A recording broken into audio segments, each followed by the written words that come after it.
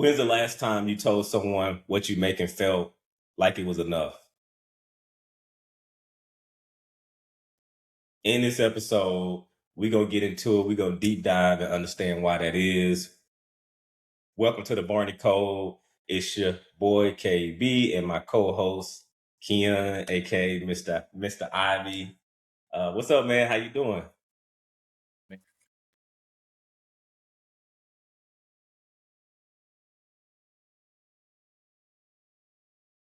Yes, sir. Yes, sir. It is happy fourth. Shout out to the folks that put their life on the line for us. I've never served. So anytime I see our service men and women, I always say, hey, I appreciate you. So from the Barney Code to those that are listening, if you serve, we appreciate your service. Let's that's really important, man. You risk a lot to make it for us to feel comfortable, just to be on the mic, just having a conversation, right? And so, really appreciate that. We got a good one in store today, man. We got a good one in store today. How was your week?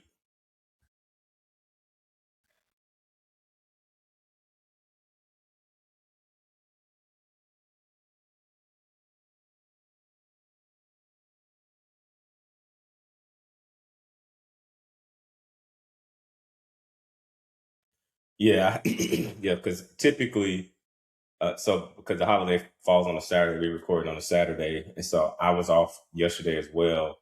It was good because I had things I need to catch up on. Because moving in a new place, it was just certain things that I need to take care of. So it felt good. It felt like a normal day for me.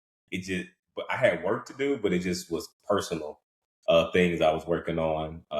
Even when you have a job, you still have things you need to keep up with in your personal life. And you know us, we talking about the money. So I was focused on some money things. Oh, and by the way, even when you're busy in your day and you have things going on, hey, every once in a while you got to make some deposits in your marriage and your relationship. And so, hey, man, your boy did a little Romeo and when it dropped off some flowers because Boo was like, I wish I was off. I was like, hey, I don't have no control over that part. And so I was like, well, at least you're at work. I wanted you to make sure you had a good day. And so, yeah, your boy dropped off some flowers to the work spot.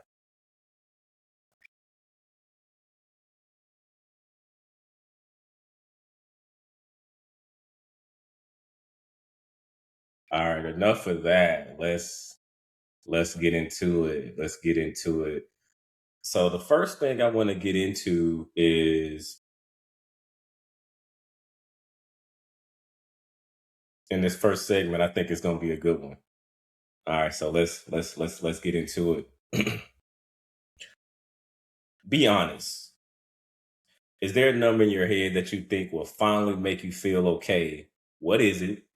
And are you sure it's real?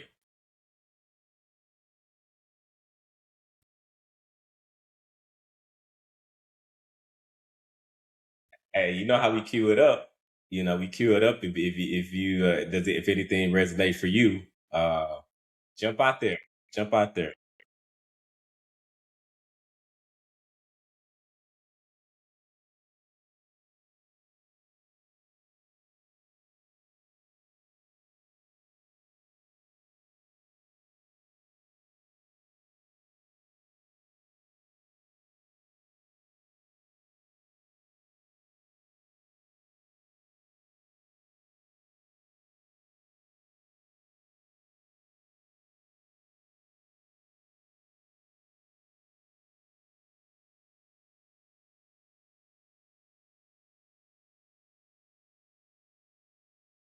Mm. So I was going to, and so you touched a little bit. So you said the number was 2 million. That was going to be my follow up. So what are you hoping that number is going to do for you? Like what happens when you hit it? Why not 1.5? Why not 1.2? Why not half a million? Why not 200? Did you say 2 million a year or 2 million a month? Okay, okay. Like, what did you? How'd you like? Did it just come out of nowhere? And it just came out of the air. Like, did you hear? Did you get inspired? Did you hear?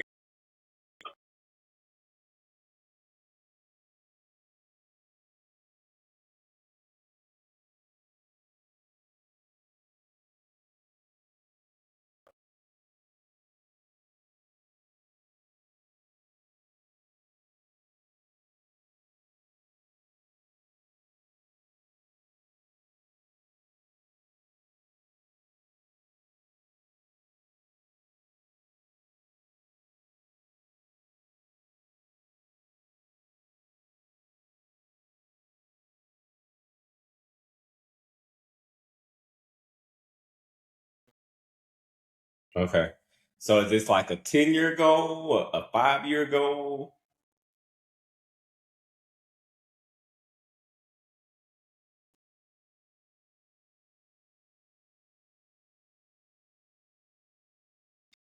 I ain't even gonna ask how you know that specific. How'd you come up with that? Yeah, no, that's super random. Got another question for you. Has your income gone up and your financial anxiety, like, is there any financial anxiety? Did that stay the same, or did it get worse, or why?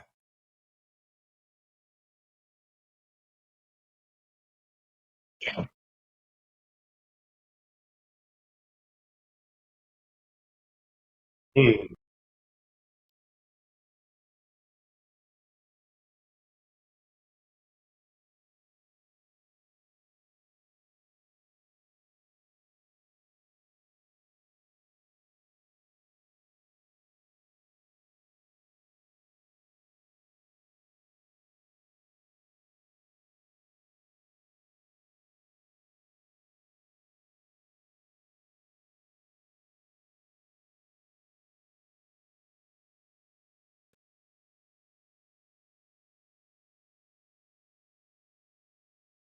Mm.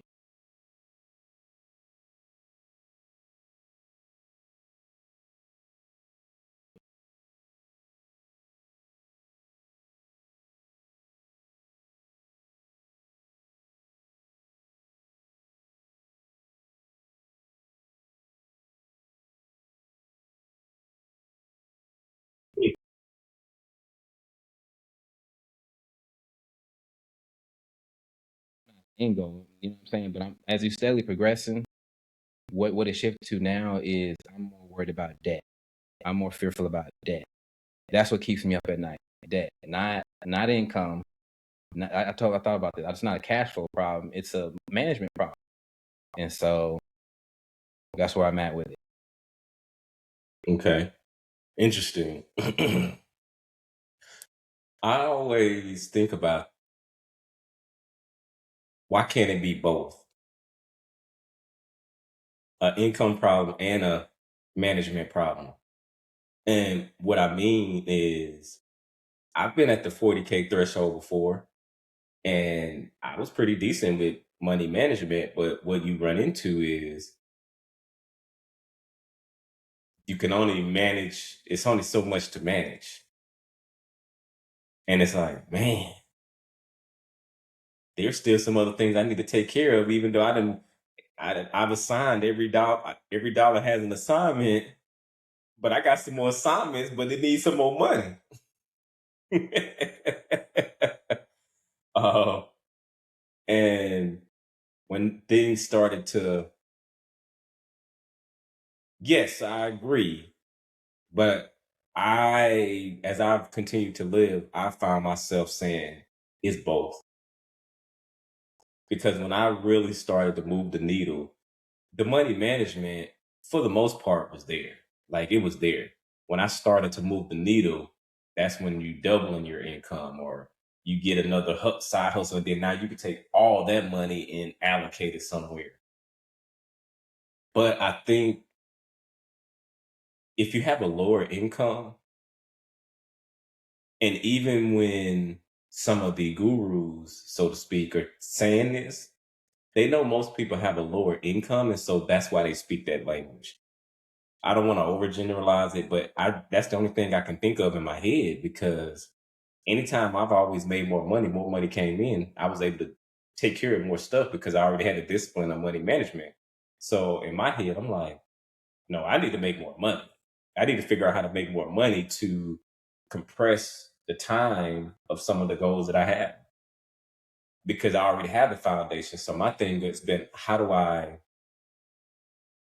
do you set a solid foundation, and while you're on that plan, are there opportunities to compress the time without impacting the integrity of the plan? And the reason I'm saying it in that way is because when you're young, when I was young, and I'm not all that old either, I'm 40, For real. but I remember being in my 20s, I would be trying to speed up the process, but it's looking at this get rich quick or do like exploring some other thing when I could have just stayed the path and I would have got there. Because once you start to realize when you take a when I think it's really important for people to look at data. It doesn't mean that you can dream and set targets, but then also to help with grounding yourself from the standpoint of, okay, what does the data say? What is the average retirement account? What is the average income? What is what is considered high income? What is considered poverty level? Like when you just look at the data to just get a feel for what everything is, it helps you understand things. And the reason I'm saying that is because your life may be elevating and is getting better and better and better from a data perspective, but you still feel like I'm not enough. This ain't enough. This isn't enough. And you would mess around and be in the top 10% and then not even realizing you were in the bottom 80 or the bottom, not, or whatever, but you done made it to the top 10%, 15%. Obviously, you don't rest on your laurel. Like you still keep pushing, but like, hey, progress is happening.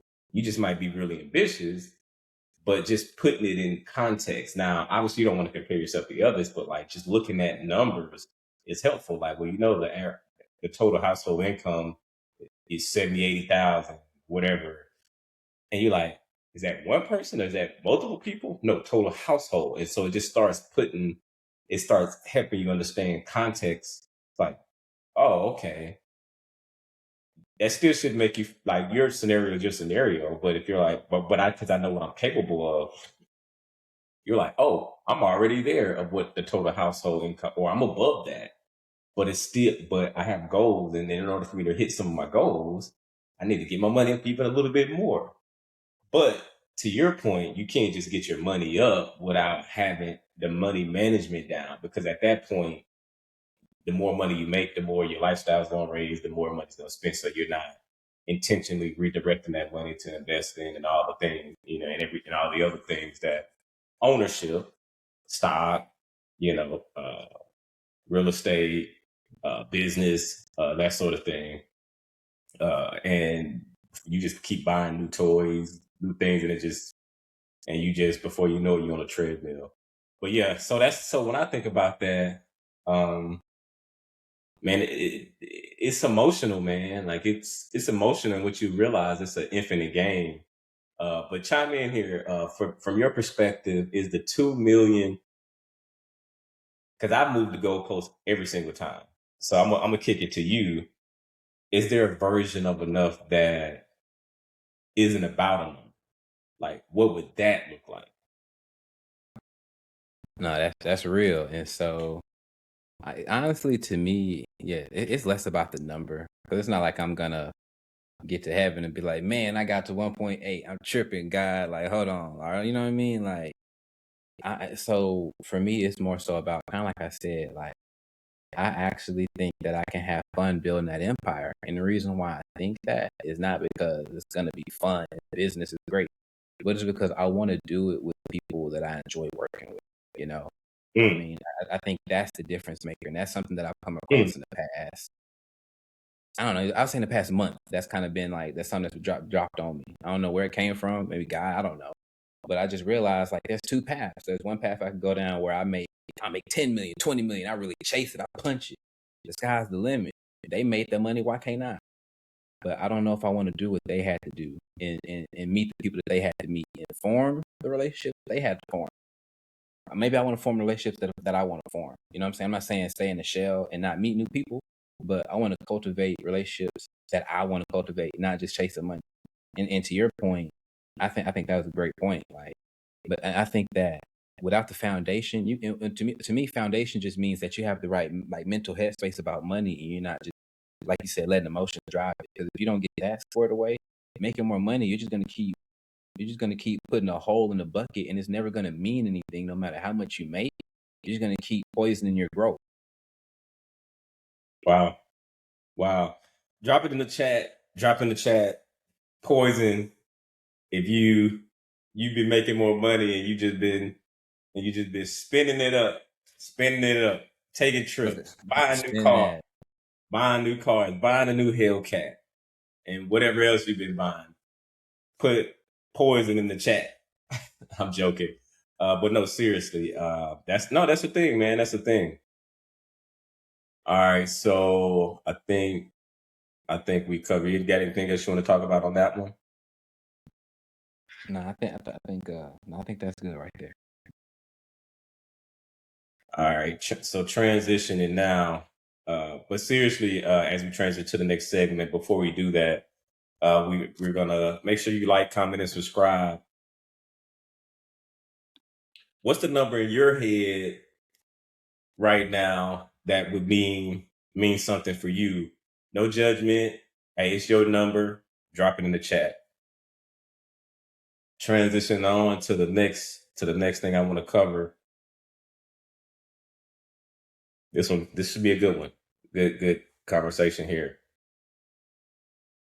We paid off $320,000 in debt, and I want to tell you the thing that I never said publicly about what that actually cost us, not financially. So when you hear that, what do you initially hear? Man, that's so real. Because when you hear debt, I'm me specifically.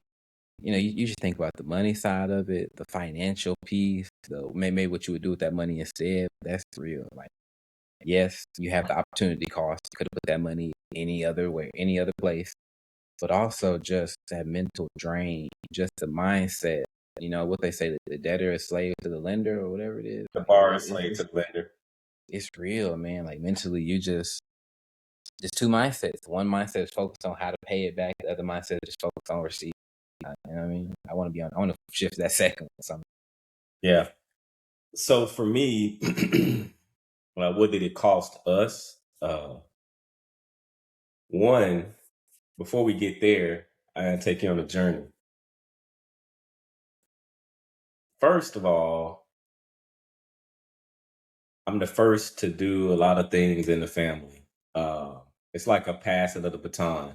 You know, your family take things as far as they can, then they want a better future for you, and then I just happen to be the first gen. But there's a lot of you all that's first gen out there too, right? That's listening in. So you know how it goes. When you first gen, your parents are there, but they don't know. They want to support you, but they don't know. So there's other people that you have to go and engage with to learn information. And sometimes your parents don't even know where to. Sometimes they may have enough awareness to say you need to go talk to this person because they know how to do it. I don't know, but they know. But then sometimes you out there and you just got to go figure it out, and that's just what it is. And so that was me a lot of times.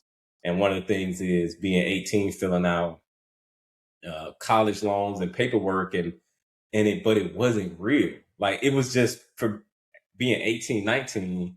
It was just paper. So you like, okay, all I know is I'm going to college, so I'm just signing these papers. And you keep signing them every semester because you need to you're working with financial aid and you doing all that. Obviously, you do it for the year, right? You get taken care of for the year. But when you're looking at these numbers and then you start getting stuff in the mail, you're like, subsidized is this amount, unsubsidized is this amount. It's still not real. You're like, whatever. And it just and you keep seeing a number increase, increase, increase. And so you fast forward, you do that 4.5, 5 years. Before you know it, you got like $80,000 worth of student loan debt, 80, 85. But here's where it gets interesting. Because it's $85,000 student loan debt, you'll say, and you're just looking to get your start. It's like, man, I don't make enough money yet to be servicing this debt. Deferral, let me deferral, like the deferral, forbearance, whatever the term they were using. And you just in purgatory, you just keep pushing it back. And you just like, well, let me just focus on increasing, get my money up. And I think I had someone call it out in the comments in previous videos or something talking about interest. They was talking about mortgage interest.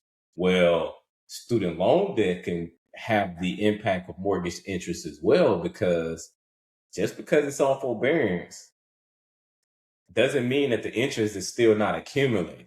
See, that's the part that most people don't know. So before you know it, 80 turned into 100. I don't like that math. Ooh. And it's just because it's compounded. And so I've heard people say, I fell victim to it, but I always kept them. I kept them current. And then even if you get, and then I would even do the income driven payment plan. But what you don't realize, you still not paying enough on it to where you're not getting ahead, because it's based on your income. It's not based on the debt. That way you can start to get into the principal and start putting a dent in it. You going backwards. You could be making payments and it's the debt, the balance could still be going up. Think about that. Because you just might not be paying enough. You're gonna be paying that thing for the rest of your life. And so and what I realized was I had some debt. My wife had a little bit of student loan debt, a little bit of we had a car loan, and then also we had the mortgage. So you put all that together, it was 320-ish something. So what we did, man, specifically, we plowed through. So take out the mortgage, because most times, like, that's usually you'll deal with that last. That's kind of like you deal with that last. So, but just focusing on the student loans, man. We did what we needed to do. It was during the pandemic, while everybody was saying, "Oh, well, we're gonna wait to see if the administration is gonna forgive student loans." I was like, they not forgiving that. I don't trust the government. They're not. They doing this is their campaigning. They're telling you what they want, what you want to hear, so they can get reelected. It's one of those moves. And if people do get the forgiveness, good for you. Cool. I ain't tripping. But we were saying we're not waiting. We're not waiting for the government for nothing. So we just kind of what you said, bro. Writing them 10K checks, they hurt. I ain't gonna lie, bro. Like you just like you worked, and then next thing you know, you're writing the 10K check and you send it off, and you like, oh man, that could have been a trip, that could have been whatever. And but what we did was we gamified it. We gamified it because that's what it cost. It cost us like the trade off. That could have been 10K putting it in the market. That could have been 10K in the market. That could have been whatever, something. When you work for something, you want to put it towards something that you really want to put it towards. So it cost. We still took trips, but we were strategic on how we took trips. We was doing like cheaper things, and then doing points and stuff like that. So instead of like fancy steak stuff, we would do. So what we did was for every 10K pay down, we would celebrate, but it'd be like we would go to like, so it wouldn't be like a crazy restaurant or that, it wouldn't be nothing crazy. Or heck, and so like we would do coffee dates. We would do uh if we was tired of meal prepping at the house, we would go get Chipotle. Like it was super. Like we didn't have no $1,000 restaurant budget or no fit. You know how food get away from you. So we had it tight. We was tracking everything. We was tracking everything, and so but we plowed through it, and that's how we plowed through it. Man, we plowed through it very quick. It was like 12 months. No, did I say 18 months? Like 18 months. I think the total of 18. Because so what we did was we plowed through all that. Then we took a big trip, and then once we finished that big trip, then when we came back, we're like, you know what? Let's go ahead and hit the mortgage too. And so then we just aggressively hit the mortgage as well. And so we took a break, but when you calculate, put all the time together, it really only took us like 18 months to plow through the 320. Like once when we like locked in, we counted the months when we like locked in. And so when I talk to people, it's like, hey man, if you're gonna pay off debt, you gotta lock in, because you don't want to be in that purgatory space forever, because that's gonna cost you a lot if you're not serious about it, because there's the opportunity cost as well, And so if you want to go down that path, you need to like focus, crush it, and get up out of it. That way you can go, and get up out of it real quick. Like sprint it, focus, knock it out, figure out how to make more money or whatever. Because you don't want to be in that purgatory state forever, because that it sucks. I ain't gonna lie to you. Like but the beautiful part is you learn about each other. You working together, and you in the trenches together. So it felt good. Because we gamified it. But I'll let you chime in. But just wanted to kind of frame up my story, and how and what it cost us. It cost investing. It cost you know trips that we could have took. It cost me getting the whip I really wanted, and paying cash for it, because that's how much we put out. Like we paid off $320,000 worth of debt. Obviously, with the mortgage, we still had that. It's ownership. Obviously, with the degree, I still have that, but it could have been not as much debt. If I would have knew a lot, I would have knew what I know now. And so I'm not gonna say it's a loss, because I learned something in the process, but that interest cost. It costs. Man, now that's real. And so we don't think of it like that way. We think of like, oh, let me just get the lowest rate possible.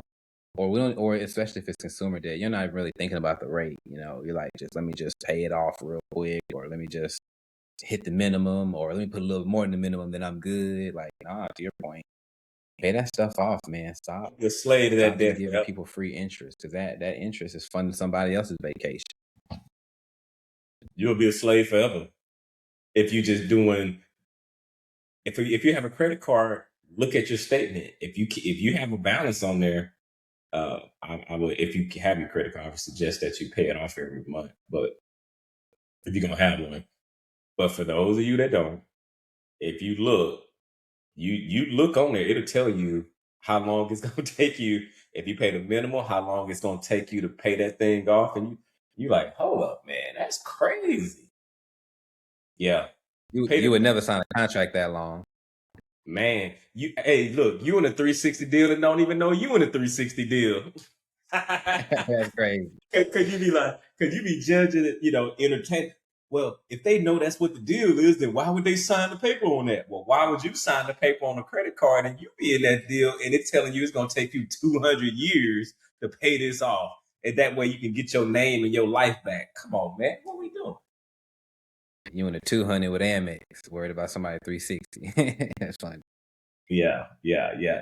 But yeah, nah, so that's but so is there another question I have that I'm gonna talk about is on your side, do you have any stories where I know you said, man, we done racked up, because we got two different stories.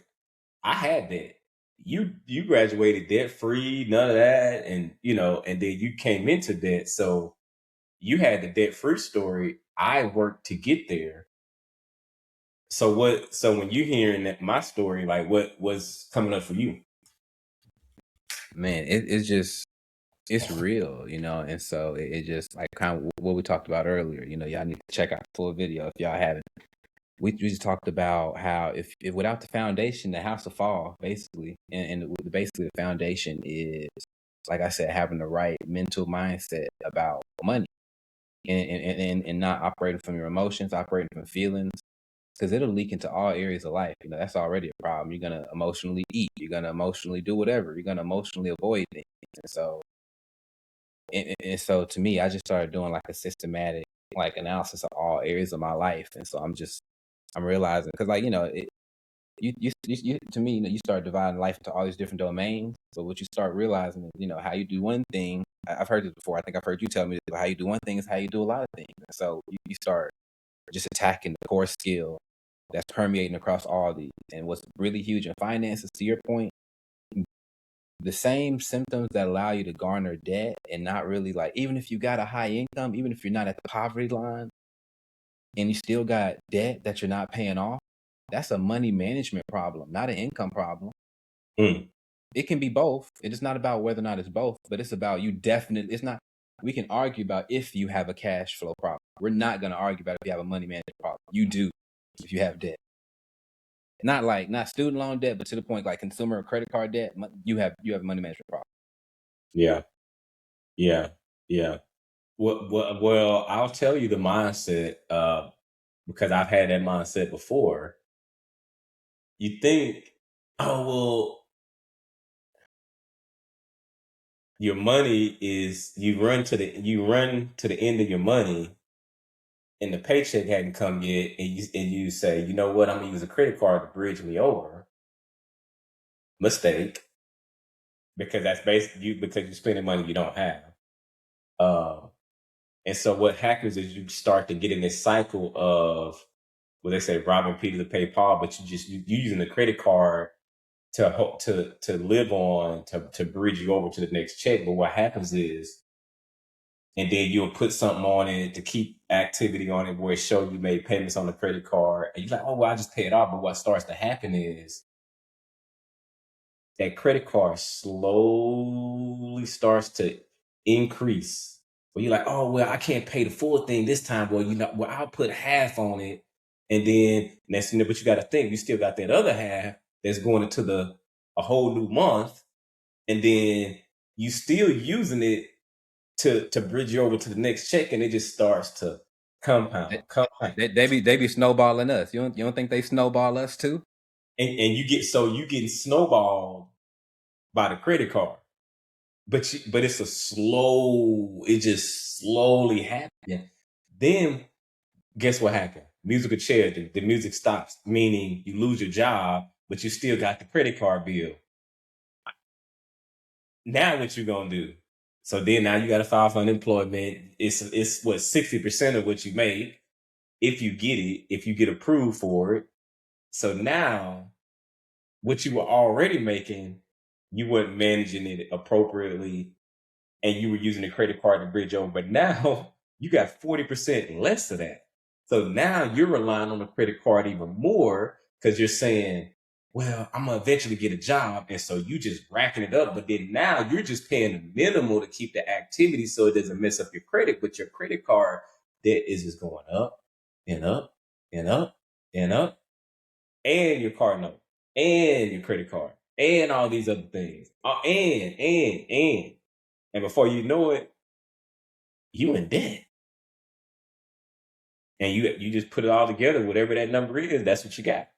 And so I understand, like no one just starts off and just say, you know what, I'm gonna just get myself in debt. What ends up happening is it happens real slow, like I just explained. And it's almost like it gets out of control. And then now you don't know what to do. And now you're navigating shame, fear, guilt, all the emotions.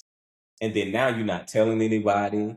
And there might be people around in your corner that might even be able to help you get out of it, but because of those emotions and the shame you got to say, hey, I messed up, I need some help. And then, but most people just hide it.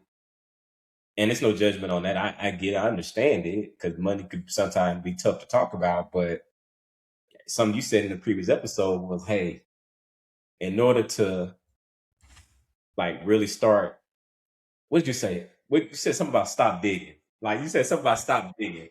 Because that's the first step. You have to stop digging, you know, first, in order to, kind of level off to where you can start putting a plan together and work your way out of that hole. And it's gonna suck. And what I just explained to you is gonna cost you something. It's gonna cost you time. Really, really, our time is what's really valuable at the end of the day. You know. I'm gonna tell you what it's costing me in real time. Like my fellow Gen Zers. Listen, I'm gonna tell you what it's costing me. This is what's really helping me. It costs me the convenience of being able to just put some on credit. You know what I'm saying? I'm not saying I cut up. Mhm. I'm not saying I cut up everything Dave Ramsey style. Like, man, I'm throwing these away. But I just say, you know what? I'm busting out the debit card again. I'm busting out cash again, and I'm spending everything. 90% of everything's going on that. And now auto pay a bill. Okay, sure. I put my phone bill on my credit card. Pay it off immediately. That's the muscle I'm building. So it's not about because it doesn't matter if I pay this debt off if I go run it right back up again. That's hustling backwards. Yeah.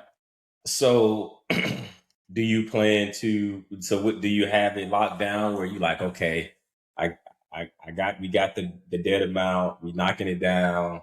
We ain't going back once this happens. Like, what's the? That's a perfect phrase. We ain't going back. We done. We ain't going back. Like, cause I've had a response. I'm not. Debt is not the enemy. Credit is not the enemy. It's like money. Money is not the enemy. Love of money. The improper use of credit, improper use of debt, being over leveraged is the enemy. And so I think credit. I actually prefer using credit cards for transactions in stores and stuff like that. There's a huge line between that and becoming like, okay, now you're up to your eyeballs in debt, and you don't know how you got there. You just, like you said, stop digging. To your point, but yeah, I'm not going back. I got a set plan. And that plan, like I said, really just includes changing the muscle, not busting out the credit card, not just okay, I'll figure this out tonight. I figure this out at the end of the week. I calculate it and pay it off. I don't have to pay it off if it's coming straight out my checking account. Yeah, yeah. So hopefully, at some point, we'll have a debt payoff story for you, um, coming up here. So, do Y'all you have? stay tuned. Stay tuned. Are you ready? Are you ready to declare a date, or you need to think through that and before you share with the people? What's today? Today's the 4th. You know what? Because I ain't gonna come in the next 4th having this amount. Um. I tell y'all what, just stay tuned for the end of the year. I'm gonna have a major update. I'm basing everything on the end of the year. All right, I know I'm putting you on the spot, but we talking, hey, we talking Nah, that it's money. real. We gotta, we gotta live it. Which I know you got a plan you carrying off, but yeah, we gotta, share with the people. Share with the people. Let's see. So so in the chat, what I want you to do is, what's your financial situation? What has it cost you? Put a number in the chat that you're trying to pay off right now. It's not to shame you, but it's just to hold you accountable. 295 is a number that I'm working on right now, because I got a new mortgage. My other house is paid off, but now I got a new mortgage, and that's the only debt I have is a mortgage, and I just got that. So 295 is the number. Uh, but so that's where we at right now. But obviously, the mortgage is a little bit different from the other consumer debt. So all right, bet. Yeah. Uh, all right, so let's get into another one. Before we get in there, make sure you like, comment, and subscribe. Make sure you like, comment, and subscribe. Send this to one man that you know, one man or a person in general that need to hear this money talk. And even if you maybe they just need some encouragement to say, hey, you're not by yourself on this journey. We all on a journey. Don't do it alone. Do not do it alone. All right. So transitioning to our last topic, how do you know right now, today, whether you're actually building something or just getting better at looking like you are? Mm, Context: the difference between building wealth and performing wealth. mm. Man, that's good. I like that. Man. Ah, So yeah. you want me to hop in? I'm ready. You want to be Hey, out no, now? so I feel it. I feel you like, man, you go for it. Yeah, yeah. No, just the first thing I think about is like, what are you measuring? Same thing. The two things. What are you measuring, and who are you accountable to? It's the same thing like a business. In sales, it's not enough to just go sell something. We have to have goals and something that we're tracking toward. Like, okay, we sold 1 million last year. Let's sell 2 this year. And when I say who are you accountable to, the same way like a company, the same way you got the C-suite, CEO, and all that, but they're accountable to the board of directors. Do you have a board of directors, or you your own CEO? You the boss. You the boss. You know what I'm saying? And can't nobody tell you nothing. Yeah. Yeah, no, that's so let's take that further. What does Which part? building look like? Mm, Building wealth. What does that look mm. like? The easiest measurement that I would say to track that is definitely net worth. So, are you tracking your net worth, not your income? That's great, of course. Get that up, raise that up, not just your level of debt or assets or liabilities, but the difference between them, your net worth. And if you're not tracking that, if you don't know what that is, you're in the right spot. Stay tuned in. We're gonna be talking all about that type of stuff. But track your net worth. If you're not doing that today, don't. I'll wait till I'm 30, 40, 50. That sounds like when I'm retired, I'll worry about that. Worry about it right now. Yeah, whenever I love that. It's crazy, man. It feel like I'm talking. It's like I'm hearing you say it now. It's what I would say to you 5 years ago, or 4 years ago, or 3 years ago. So hearing you say it now, with you coming to your own understanding of, wow, I need to track net worth. What has it done for you?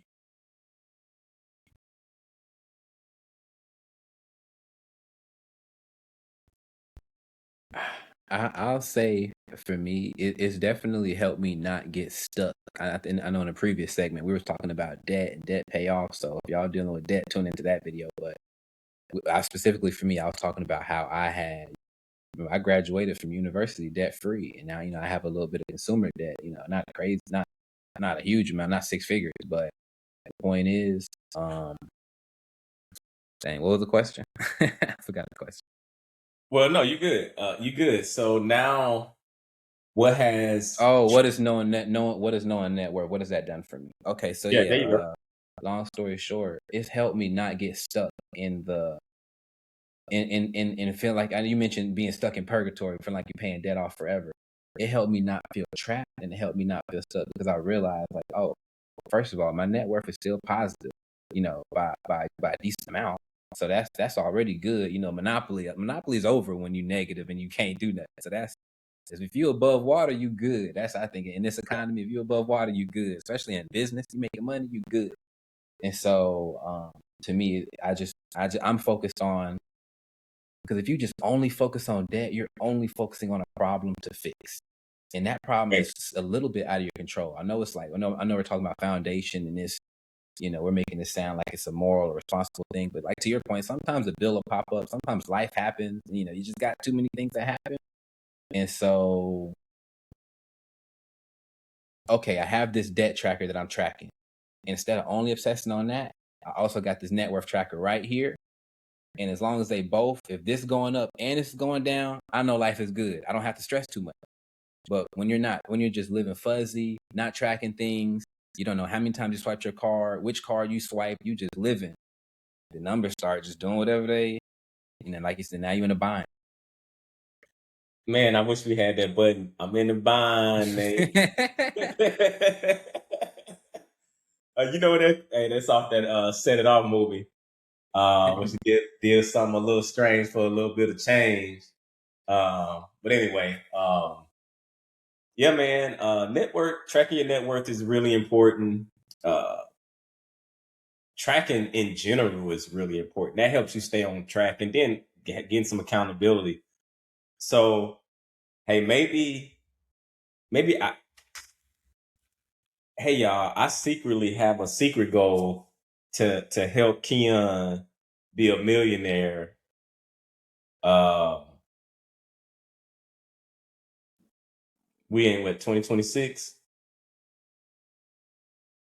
within the Yep. next.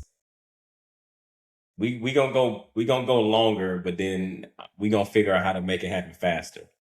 So I'm gonna say by the time you're 35. Shoot. Well, So now I 10 know I years. got big bro helping. Let's shave a year off. 34. Shoot, I got to work extra hard now. I can't waste big bro time. So I'm gonna say within the next 10 years. Uh, I don't want to put a time limit on it. I don't want to put a time. You know what? Let me take that back. I don't want to put a time limit on it. But what I do want to do is I want to, if bro follow my instructions, I'm guaranteeing you specifically. I don't know what everybody's got going on. Guarantee that you can become a millionaire within 10 years if you do what I tell you to do. I'm open. And you know what's crazy? It's not what you think. It's and when it happened, you're gonna be like, oh, okay, another day.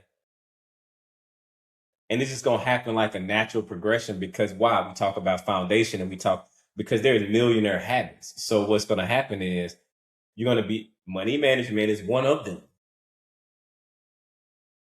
Like your game is tight with money management. Then you mess around and start making more money. And then when you making that more money, you're doing strategic investing where you dollar cost. So you got money in your 401k, you got money in you put money in your brokerage account as well.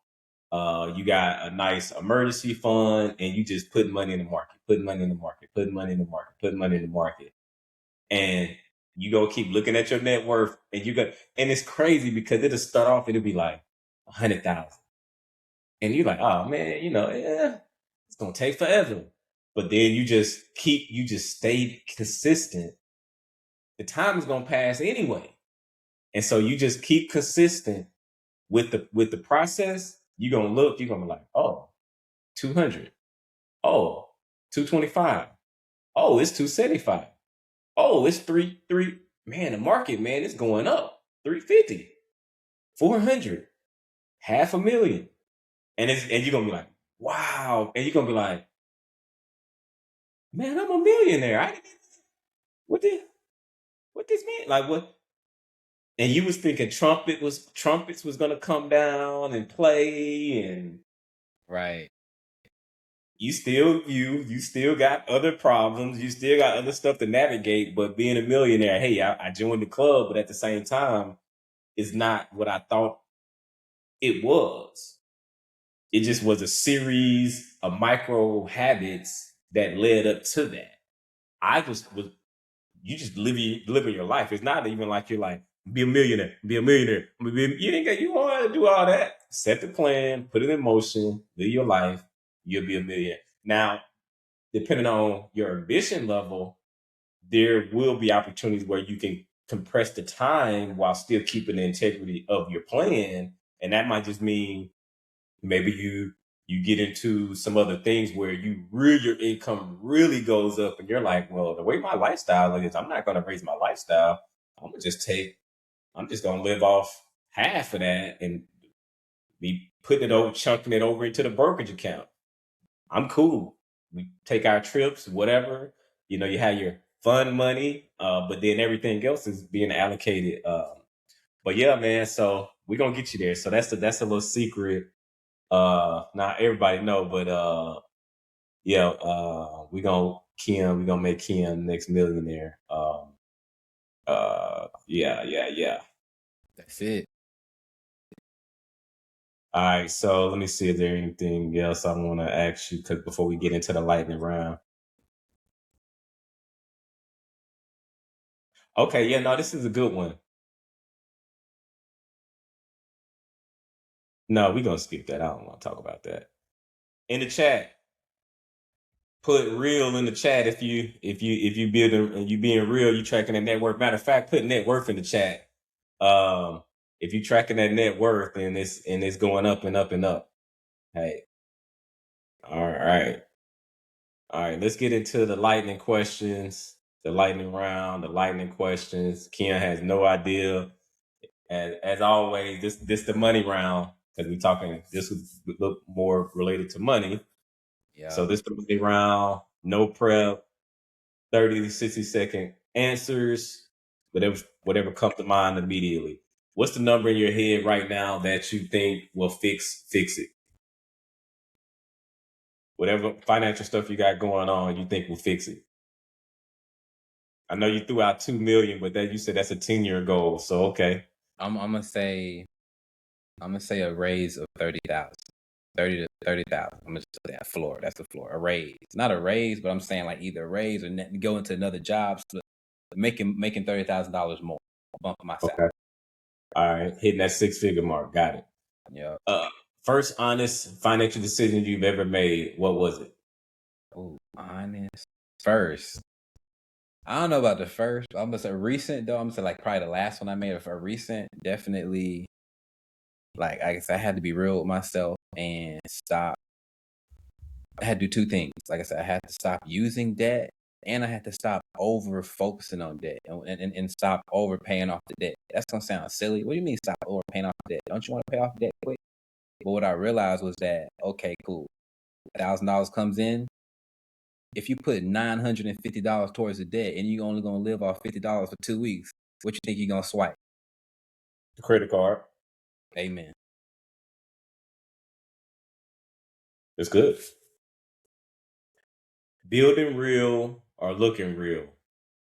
Which one are you doing more of right now? Ooh. Yeah.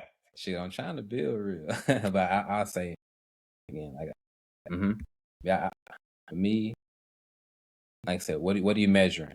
You know, I'm building things internally that I'm measuring. I'm keeping track of things. I'm not just living day to day.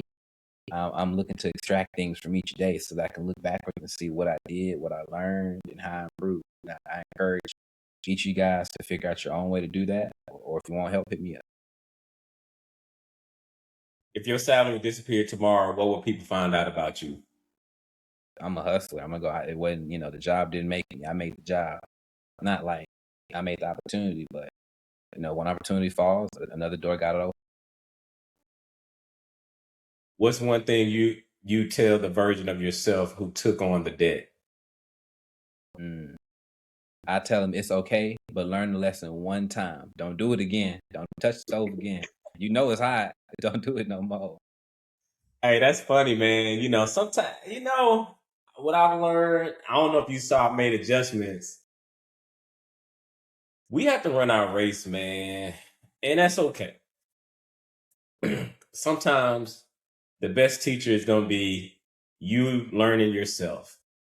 Um, because sometimes it just may not have been, it's just not your experience. So someone can tell you, hey, don't go down that path. I'm telling you, don't go down that particular path. That debt path, I already did that. Don't do that. Do this over here. And you're like, I don't know what that means. I'm debt free. Yeah, I know what you're talking about. That's your story. That's not my story. Oh, and I don't like to do you just keep living, son. I don't like to do that to people because maybe you might keep living and you might be right. You might be like, nah, that's your story. That ain't mine. But it is funny. It's not funny, but when a person comes back, and it does take humility to say, you know what, you tried to tell me. I didn't listen, but I'm here and I'm ready to listen. And I've been the one to have to backtrack on things too, and like, hey man, I was being stubborn. You was trying to tell me, but I just had to go see if the stove was hot myself. and I touched that stove and it's hot, and it came back with dead.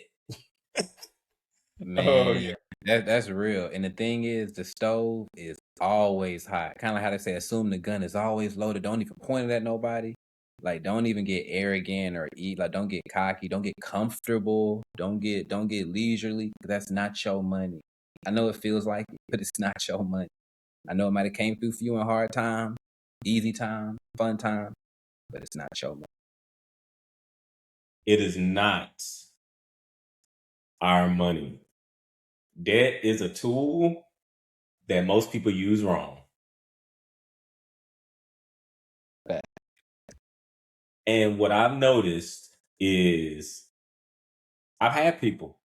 There is nothing nobody can tell me about paying off debt because I did it. And I know what it felt like. And I know the relief that it had on us. I know the margin it opened up for us from an income perspective.